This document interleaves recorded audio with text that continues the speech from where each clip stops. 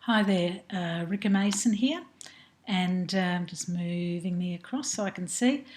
This is the Monday the 27th of August, and I just wanted to go through with you in the 21st Century Learning and Teaching the third assignment research paper, Government and Non-Government School Sectors.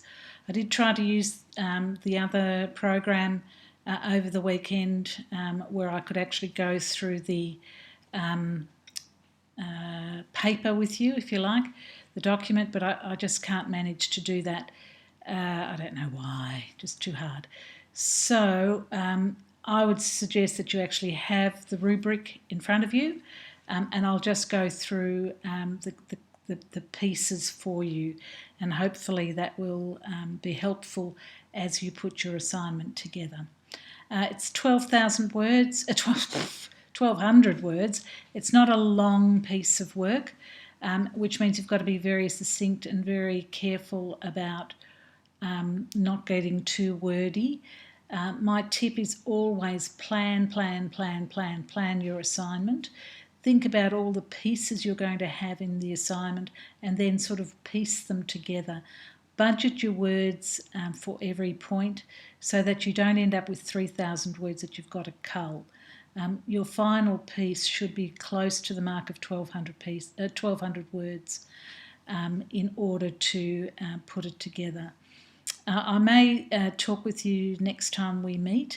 If people want to have a little optional workshop on how to put an essay together, given that this is all in your first year in terms of the Bachelor of Education, I'm really happy to do that, so we can talk about that Thursday week when we see each other next. It's a contentious question.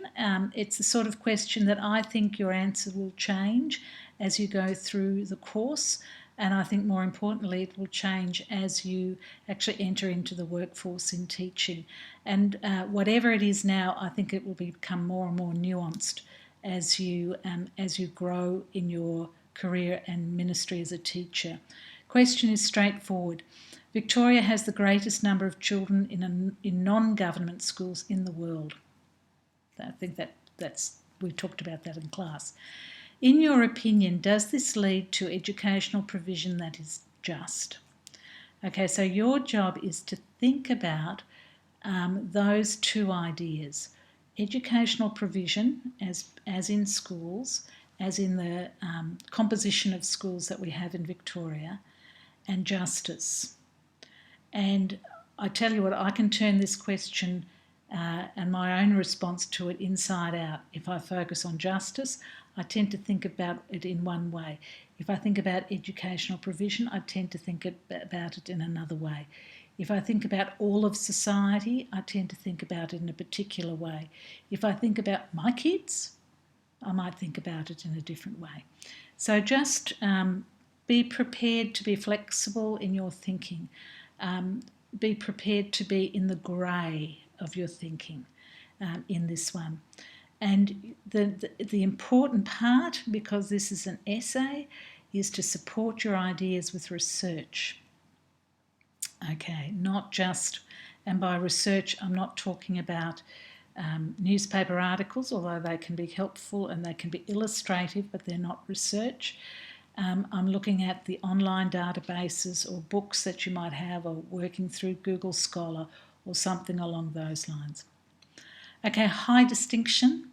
Don't get excited about high distinctions. The difference between a distinction and a high distinction is simply twice the amount of work, because it's actually in the language and the way that you put your response together. There's actually something that you could almost publish without any further work. That's where high distinction lands. Lots of people never get high distinctions. That's okay. But the high distinction, if you were to get that, if I were to mark that in that way, and I certainly do mark for high distinctions, but don't be pragmatic. The assignment is of a very high quality in its argument and writing. The style is engaging with flawless grammar, sentence structure and spelling. Okay, it's just a great piece of writing. Now, the writer expresses their opinion by identifying and examining. So you've got to pull these ideas apart and look at them, not just list them.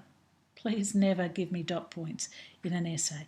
Don't just list them. You've got to be able to explain them and look at them as you are identifying the way you are identifying things in terms of educational provision in Victoria in the context of justice.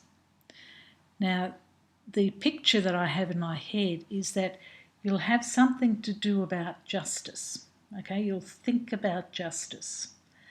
And then you'll put educational provision as provided in Victoria inside that. Okay, and that's where those arguments intertwine and they almost dance together as ideas. Research is used, this is also a really high quality stuff. Research is used not only to support ideas, so-and-so says this, I agree with them, I'm going to use their quote. Here's a good quote, I'll use that. Okay, that's not what I'm really after, that's at this high distinction level. Research is used not only to support ideas, but also present arguments from different points of view. So Brown says this, and Gray says this, but I think this, and you're actually entering into the discussion. Those 3 videos that I gave you from the New South Wales University, they are 3 speakers, and you can certainly quote them, who are presenting the same idea, educational provision and the common good, from 3 quite distinct points of view, and they can be argued against. That's good stuff. Okay, so that's for high distinction. For a distinction, it just drops a little bit, but not a lot. So the assignment is of high quality in its argument and writing, and the style is engaging with near flawless grammar, sentence structure and spelling. Okay, I don't need to see any red lines coming through a Word document or any green lines, those little wiggly things underneath, because that just shows me you haven't actually even proofread to that. There should be nothing like that in an electronic document. And here the writer expresses their opinion by examining educational provision in Victoria in the context of justice, the same thing. Talk about justice and then put educational provision in Australia against it or inside it. Intertwine those ideas. This is still for distinction. And the research is used not only to support ideas, but to present arguments from different viewpoints. So the difference is really examining educational provision as a whole, rather than pulling it apart and examining each piece. Okay. Credit, assignment is of good quality in its argument and writing. I don't want rubbish at any stage in terms of argument and writing. Style is engaging with an acceptable standard of grammar, sentence structure and spelling. Again, no wriggly lines. Writer expresses their opinion by describing educational provision in the context of justice. So the first time you're identifying the pieces, you're actually pulling it apart in the way that you think you should be pulling it apart. You are examining it, so one piece gets examined against the other, all within the context of justice. In a distinction, you're examining it sort of like as a block, as a big piece. Credit, you're describing it. Can you see the difference?